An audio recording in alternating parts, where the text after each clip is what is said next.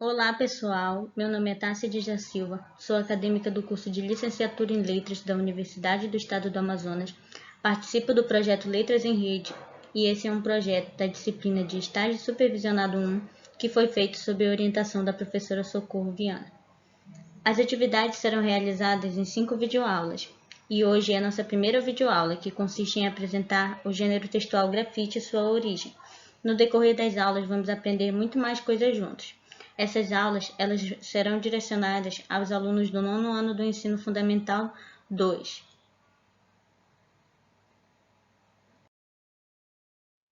O objetivo dessa nossa primeira aula é possibilitar aos estudantes conhecer sobre a história do gênero grafite e associar a realidade social onde estão inseridos, seja na rua, na escola ou em qualquer outro contexto. Então eu convido você a vir aprender comigo hoje sobre a origem do grafite.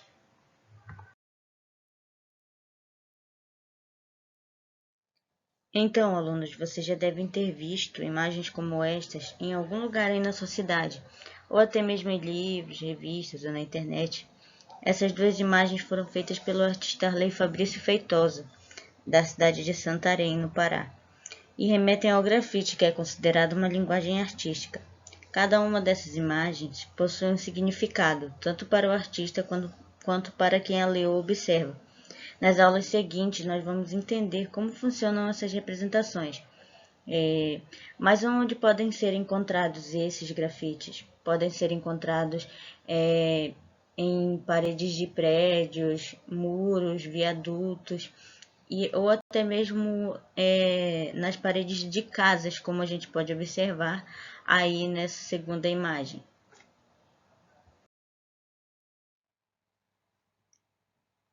Segundo Johannes Stoll, 2009, o grafite interfere na literatura dos espaços urbanos e os grafiteiros, aqueles que praticam grafite, acreditam que os seus desenhos possam ser vistos e interpretados por pessoas de qualquer segmento social e têm caráter gratuito e efêmero. Essa linguagem, ela interfere na leitura dos espaços urbanos e possui caráter gratuito, ou seja, qualquer pessoa pode ter acesso, pois se encontra em vários lugares e também é efêmero, porque, como é feito em espaços públicos e também privados, possuem caráter transitório. Uma hora pode ser feito para representar algo e pode ser substituído por outros desenhos, imagens, textos, dependendo do local.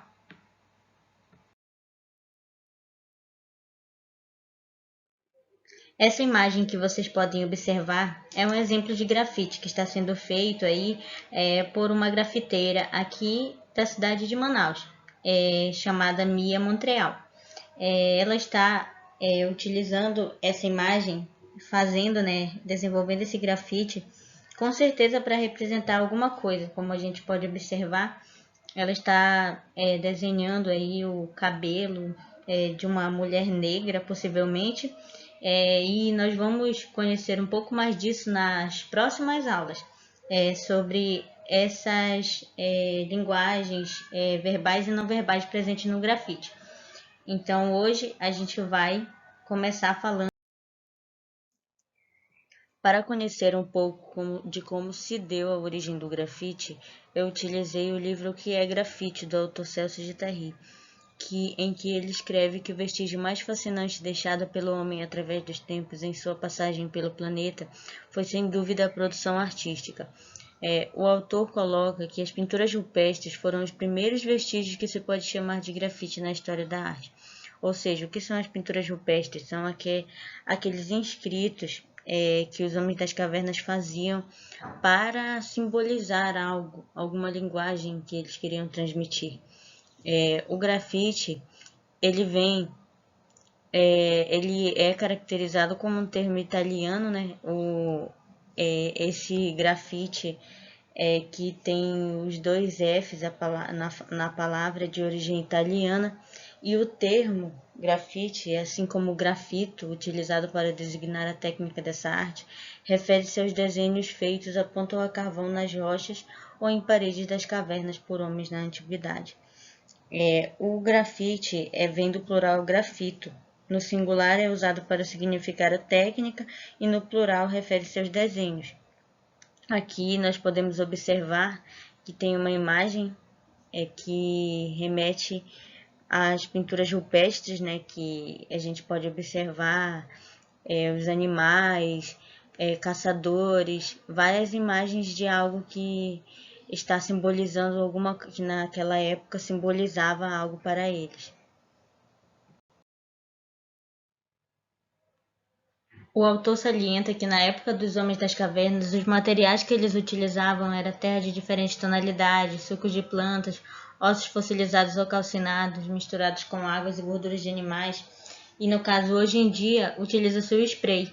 E eles não pintam mais cervos ou bisões, ou seja, os artistas, eles não pintam mais aqueles animais, caçadores, aquelas imagens que a gente viu naqueles slides anteriores, lá das pinturas rupestres, que eles faziam inscrições de animais, essas coisas. Hoje em dia eles pintam ideias, signos, e que passam a compor o visual urbano, né? Aqueles grafites das grandes cidades, que a gente pode encontrar em vários lugares aí. O muralismo na antiguidade. Imagens e textos nas paredes de túmulos de faraós egípcios já assumiam características de grafite. Não existia mais o gestual, que era próprio dos povos primitivos. Não eram mais traços espontâneos, mas bem elaborados. Os primeiros cristãos grafitavam os símbolos da igreja nas catacumbas de Roma. Então, como a gente pode perceber ali, já existia também esses vestígios ali de grafite, ali na época do Império Romano. Essa função de expressão artística foi utilizada desde o Extremo Oriente, Índia, China e por todos os povos do Mediterrâneo.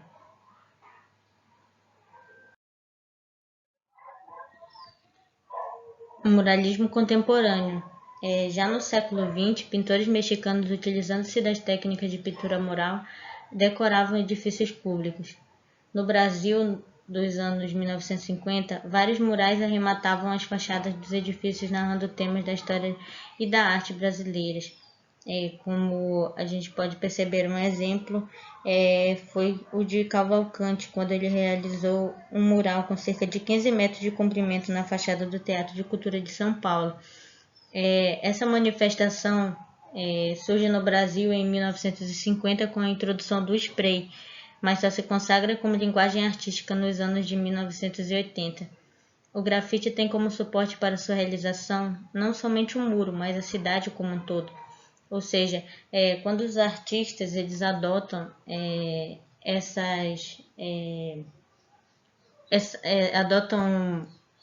utilizam a linguagem, né, da arte aí para fazer seus murais, eles utilizam não só as paredes ali, aqueles muros ou fachadas de prédios, mas utilizam a cidade como um todo, o cenário urbano como um todo. Então, aí a importância, né, de saber que não somente eles trabalham ali com aquela sua visão, aquela sua própria linguagem, mas também como uma forma de democratizar a arte, assim, de levar ela para todas as pessoas e também para utilizá-la, né, como uma manifestação para democracia, a respeito da política, de problemas sociais que estejam atrelados ali àquela sociedade, àquela cidade, aquele país. Então, eles utilizam isso tudo como uma maneira de representar a sua arte, né? Para levar a sua arte ao público, ao povo, para que seja vista. O autor Celso Guattari, ele destaca que todos os segmentos sociais podem vir a ser lidos pelos artistas do grafite, assim como os seus símbolos espalhados pela cidade podem ser lidos por todos. Ou seja, o autor quer dizer aqui que é possível que nós, ao olharmos uma imagem que remete ao grafite, a gente possa interpretá-la, ou seja, a gente imaginar o que possa estar sendo representado ali. Assim como os artistas também, eles podem ler todos os segmentos sociais. Então, assim como eles utilizam aquela sua linguagem própria, eles também utilizam o grafite como uma forma de expressar algum acontecimento político, social, econômico que possa estar vindo a acontecer ou acontecendo na sua cidade, no seu município, no seu país.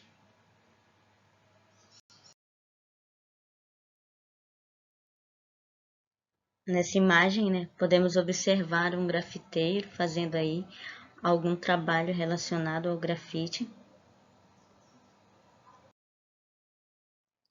O autor, ele também destaca duas características marcantes, né, sobre o grafite, das quais ele denomina como sendo estéticas.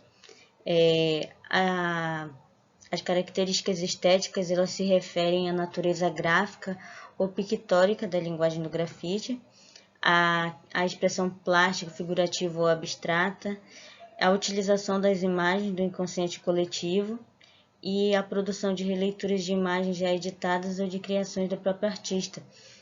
Os artistas do grafite, eles costumam, né, trabalhar naquelas imagens, naquele contexto em que aquilo representa algo para eles ou para o lugar da qual eles estão fazendo os trabalhos. Ou seja, muitos deles eles produzem releituras de imagens já editadas, ou seja, eles transformam algo que já existe em outra coisa, em outra imagem com as ideias, os signos que eles mesmos colocam. Então, por exemplo, a gente pode observar isso com a literatura, por exemplo. Tem muitos autores que utilizam imagens da literatura brasileira, por exemplo, nos seus grafites, modificando-as de uma maneira em que elas possam conter elementos que para eles sejam significativos, né? E também o autor coloca outras características também, como as conceituais, em que ele discute e denuncia valores sociais, econômicos, políticos com humor e ironia. O grafite, ele tem esse cunho social, né? Então os artistas, eles sempre buscam, através da sua arte, discutir ou denunciar valores, assim como também eles colocam dentro dessas artes, né, uma linguagem de cunho subversivo, espontâneo, gratuito e efêmero. O grafite, por si só, ele é uma linguagem gratuita, né? Ele é uma linguagem acessível a todas as pessoas. Ele também apropria-se do espaço urbano para discutir, recriar ou imprimir a interferência humana na arquitetura da metrópole. Ou seja, o artista ele busca, através da sua arte, interferir ali de uma maneira em que as pessoas possam observar aquilo como algo para melhoria, né, da sua cidade, de algo que esteja acontecendo ali. O grafite democratiza e desburocratiza a arte, aproximando-a do homem sem distinção de raça ou credo. Ou seja, é uma linguagem que está ali acessível para todos. Então, é muito comum, né, que as pessoas elas observem em cada lugar que elas vão algum elemento, né, do grafite. Ainda dentro dos aspectos conceituais, o autor destaca que um dos mais interessantes dessa linguagem é a questão da sua proibição, que sempre está como sombra frente àqueles que ousam executar alguma arte referente ao gênero grafite. E o autor ele coloca que essa proibição ela sempre está atrelada ao conceito de propriedade privada, porque ele cita, né, que o que pensaria o dono de um estabelecimento privado ao se deparar com uma arte no seu muro na sua parede. Então, ele sempre, por sua natureza intrínseca, vai ser considerado marginal. Muitas vezes também por se confundir ali, por muitas pessoas confundirem com a pichação. Muitas pessoas elas não sabem diferenciar a arte do grafite com a pichação, que ambos possuem características diferentes, que vamos também tratar nas nossas outras aulas.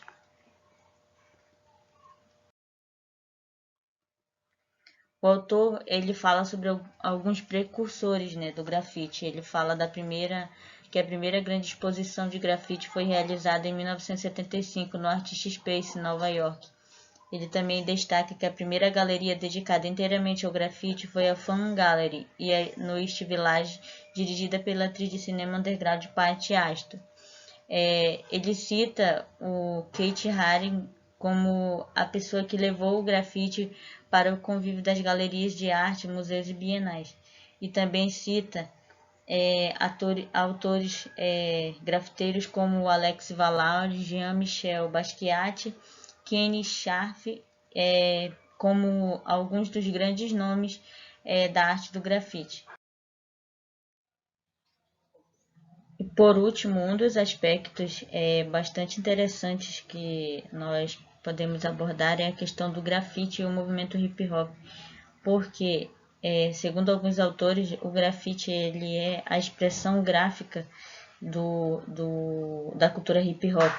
Então, é também considerado um dos elementos e eles sempre estão ali em união, né, pelo fato de o grafite representar muito desse histórico do hip hop em relação tanto aos seus praticantes quanto às pessoas realmente que gostam, curtem ali o movimento hip hop, e também pela história que eles têm entre eles, pelo fato de serem considerados linguagens, né, artísticas marginais, que desde o contexto histórico do grafite em Nova York e do hip hop também na década de 70, eles trazem essa questão do preconceito, né, em que muitas pessoas, quando se deparam assim com o hip hop, ele tem levam para si essa característica de que ele é um movimento de pessoas de rua, e realmente ele vem ali de um contexto. E nas periferias de Nova York, na década de 70, né, os jovens já manifestavam suas lutas sociais por meio do grafite e impulsionaram a arte de rua. E o hip hop ele vem atrelado a isso, né? Justamente ele é uma manifestação artística das ruas também, que eleva a insatisfação. Naquela época, os jovens eles se enfrentavam, né, para colocar as suas insatisfações e tal. E o grafite ligado ao movimento hip hop, ele tem como proposição interferir na organização urbana, ou seja, é um discurso revolucionário de expressão dessas pessoas, desses artistas dentro desse cenário. Então agora você já sabe que os primeiros vestígios que se pode chamar de grafite já podiam ser encontrados na antiguidade por meio das inscrições que os homens das cavernas faziam. E hoje a gente pôde conhecer aí todo essa origem, né, de onde surgiu aí ou pode ter surgido o grafite, também com a ideia de alguns autores. Falamos um pouco aí sobre também alguns nomes do grafite, sobre algumas de suas características. Nas próximas aulas nós vamos abordando melhor essas questões, vamos citando mais autores, mais características, vamos fazendo aí também toda essa análise semiótica que tem dentro do grafite, dentro das artes, esses textos, essas imagens, esses desenhos, esses signos em geral. Então, se você gostou, se você aprendeu hoje aí conosco, comigo, né, compartilha esse vídeo para mais pessoas, fala sobre isso que você aprendeu, que vai ser muito interessante para as pessoas começarem a tirar ali da cabeça delas, da mente delas, ou pararem um pouco assim de comparar o grafite à pichação. O grafite ele é uma expressão artística, então ele deve ser tratado como tal. E ter aí, né, fazer as pessoas elas terem, vamos dizer, uma visão mais ampla sobre isso, e levar elas a refletir mais sobre essa linguagem artística que é muito interessante, muito importante, né, para nós conhecermos sobre as nossas insatisfações, sobre as nossas conhecermos mais sobre a nossa sociedade, sobre os contextos na qual tudo se insere. Então, compartilhe aí com seu pai, sua mãe, seus irmãos, seus vizinhos, compartilha com todo mundo, se inscreve no canal Letras em Rede, que logo mais nós vamos ter outras novidades, nós vamos ter outros vídeos falando mais sobre o grafite e sobre tudo isso aí na qual ele está atrelado, sobre essas características, sobre tudo. E até a próxima aula. Tchau! Já ia esquecendo, mas aqui estão as nossas referências da aula de hoje. Tchau, pessoal, até a próxima.